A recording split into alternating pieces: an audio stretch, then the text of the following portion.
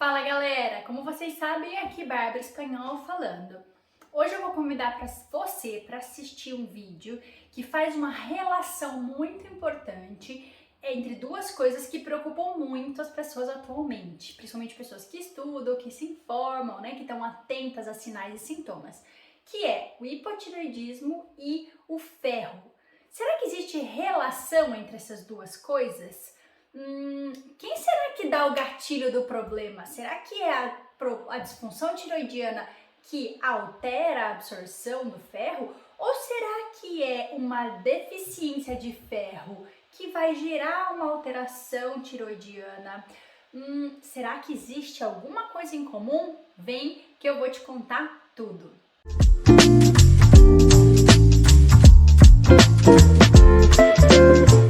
Bom, primeira coisa pra gente começar, eu queria pedir aquela super força pra você, dá uma pausa, se você ainda não é inscrito no meu canal, se inscreve no meu canal, ativa o sininho pra você receber sempre as notificações quando os vídeos novos chegam por aqui, ok?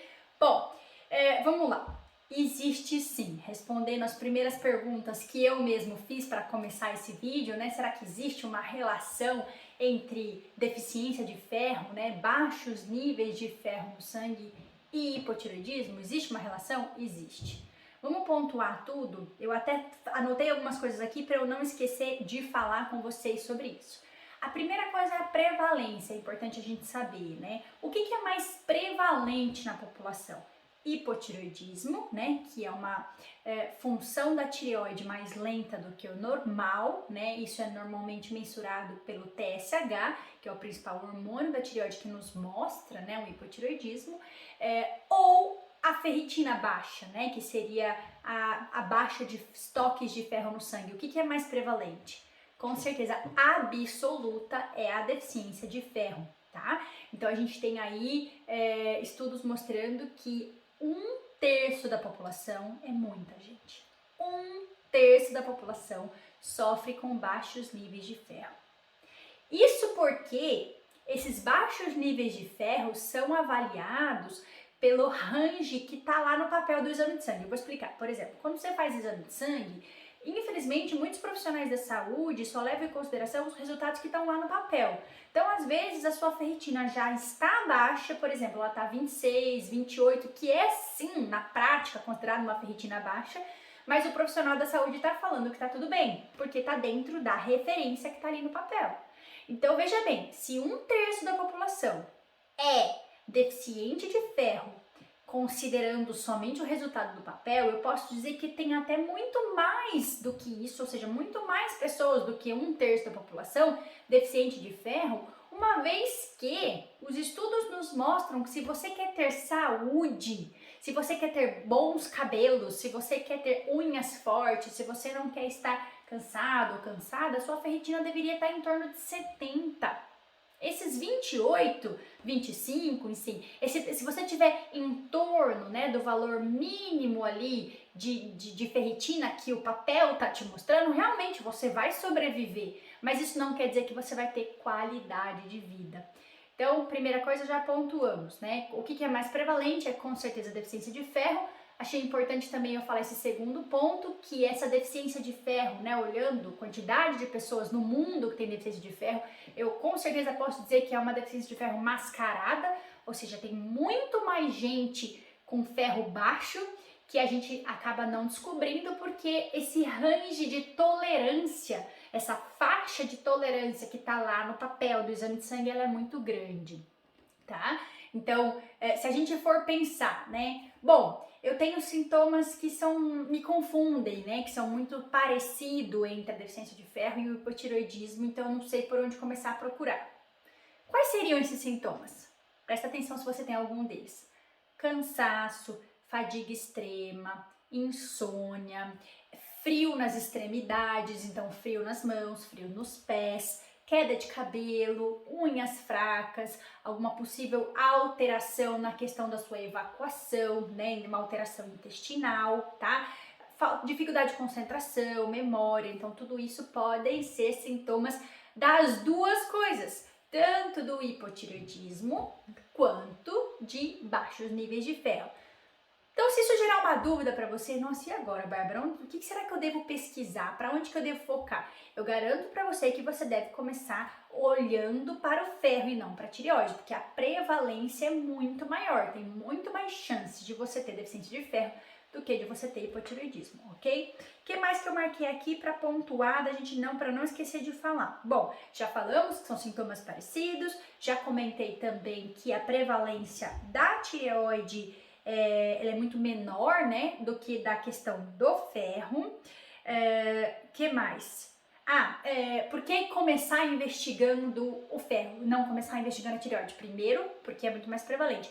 Segundo, porque é muito comum, e eu já vi isso no consultório, né, nos meus pacientes, que com a correção desses baixos níveis de ferro, os níveis do TSH, que é o que normalmente está mais alterado, né, quando a gente tem um hipotireoidismo, mesmo que seja um hipotireoidismo subclínico, normalize com o tratamento do ferro. Então, a suplementação de ferro, uma dieta, né, melhorada.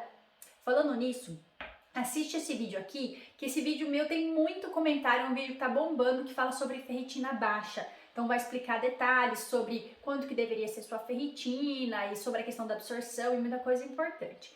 Então, muitas vezes corrigindo essa deficiência de ferro, por exemplo, fazendo uma dieta que trata a microbiota intestinal para que o intestino consiga absorver melhor o ferro, tirando aquilo que atrapalha a absorção de ferro da dieta e ao mesmo tempo entrando com uma suplementação adequada, subindo, né, esses níveis de ferro lá dentro do sangue, pode ser que esse hipotireoidismo, se for algo leve, ele volte ao normal, sem precisar tomar remédio para tireoide, o que é algo fantástico, não é mesmo? Então, por isso, na hora que você está na dúvida do que começar a investigar, comece investigando pelo ferro, tá?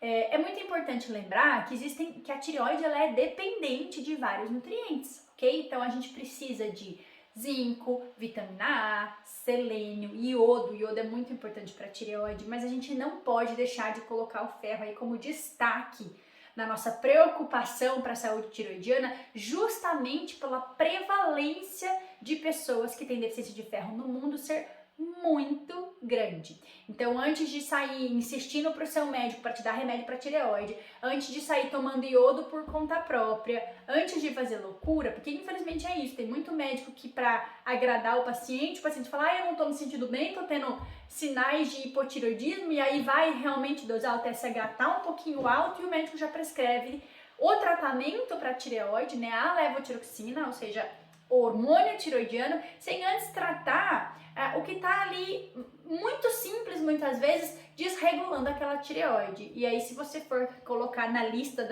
da ordem, né, da prioridade da investigação, com certeza coloque o tratamento de ferro. Então, subir os níveis de ferro no sangue, com certeza podem ajudar você a resgatar, né, a normalizar esses níveis de TSH e que você não precisaria, né, de gotinhas mágicas ou medicação para tireoide, tá?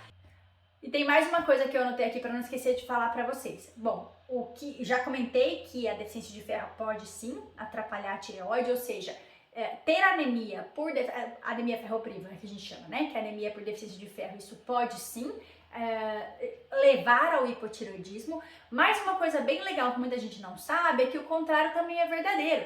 Pessoas que tenham um hipotireoidismo já instalado, elas têm maior chance de ter deficiência de ferro. Então, olha como ferro e tireoide estão intimamente ligados. Então, às vezes, começou com o hipotireoidismo. Então, existe uma enzima, né, tireoidiana que ela é absolutamente dependente do ferro para trabalhar. Então, você tem uma gangorra, sabe? Então, tipo assim, ó, se baixar muito ferro aqui, vai gerar hipotireoidismo aqui.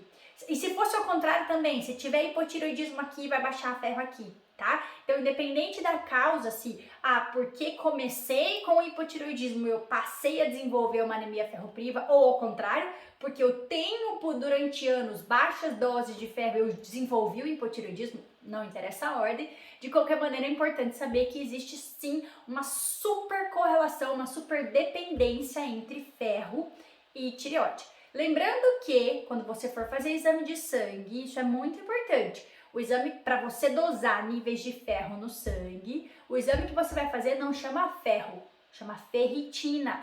ferritina é o exame que avalia o estoque de ferro no sangue. Então, antes de fazer qualquer loucura, antes de suplementar, vai ao médico, converse, fale que você apresenta esses sintomas, né? Como eu comentei, queda de cabelo, frio nas extremidades, dificuldade para dormir, unha fraca, cansaço, fadiga. Que você gostaria de fazer um check-up para identificar como estão os seus níveis de ferro no sangue, então enfatizando aí a ferritina. E se você vê que ele está muito baixo, aí a gente, né, procura ajuda nutricional para tratamento. Por que eu falo ajuda nutricional? Porque o médico no máximo vai te suplementar ferro, não vai corrigir sua dieta. E se você tiver assistido o vídeo que eu comentei há pouco sobre a relação, sobre tudo que você precisa saber, né, sobre ferritina baixa, você vai entender que não é tão simples assim suplementar ferro, tá? Então, às vezes o profissional da saúde, se ele não entende, ele suplementa o tipo errado de ferro, então ele vai entrar com ferro fumarato, ele vai entrar com ferro que é ruim,